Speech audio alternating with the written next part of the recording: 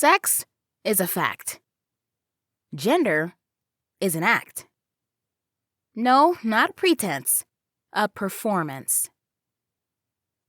Do you ever wonder why things are the way they are?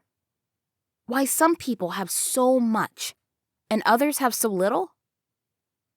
Why some groups control most things and other groups are powerless? Probably one of the major reasons for the ongoing nature of customs is that we tend to believe that the way things are is the natural way they have always been, even though these right and natural ways of doing things differ across cultures. Each society believes its customs to be the right way to do things, and grouping and ranking people is common to almost every culture, if not all cultures today. The most basic grouping is that of sex: female and male. Around 5,000 to 10,000 years ago, women's status plummeted. From the time of the development of agriculture, gender roles became much less egalitarian. They became a matter of power and possession, and it was always favorable to men, to their wants and needs. Women went from being partners with men to the property of men. Women were taught or forced to conform to what men wanted, what they wanted women to be and do for them. Sex and gender have been used, like skin color, to differentiate, discriminate against, and even oppress more than half of humanity. Feminism is about giving all men and women, regardless of skin color, social class, ethnicity, or ability, an equal opportunity based on their individual merits and talents. Partnership, not patriarchy. But history demonstrates that the outcome of most freedom fights involve women in the battle, but ignore them in the victory. Women's demands and needs are seen as merely women's movements or women's issues.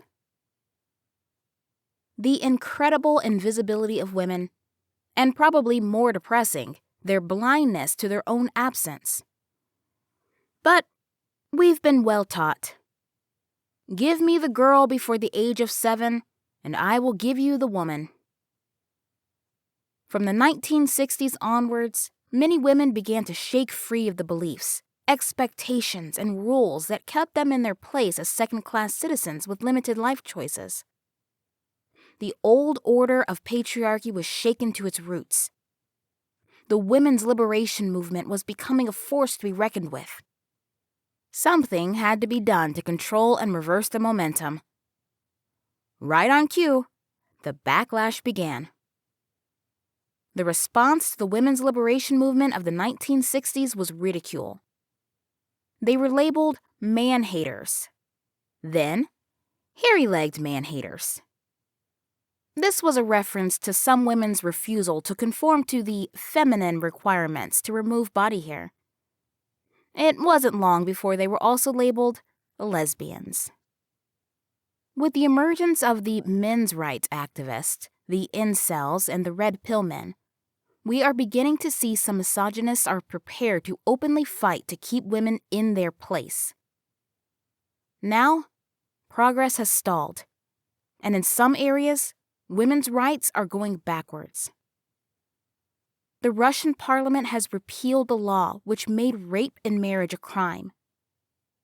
Different states across America are clawing back women's access to abortion. Fundamentalist Christians are attacking and twisting the concept of feminism as evil and destructive.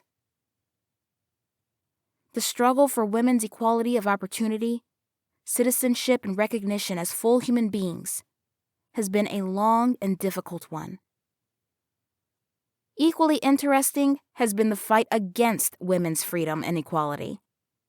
The opposition has been powerful, relentless, often underhand and deceitful.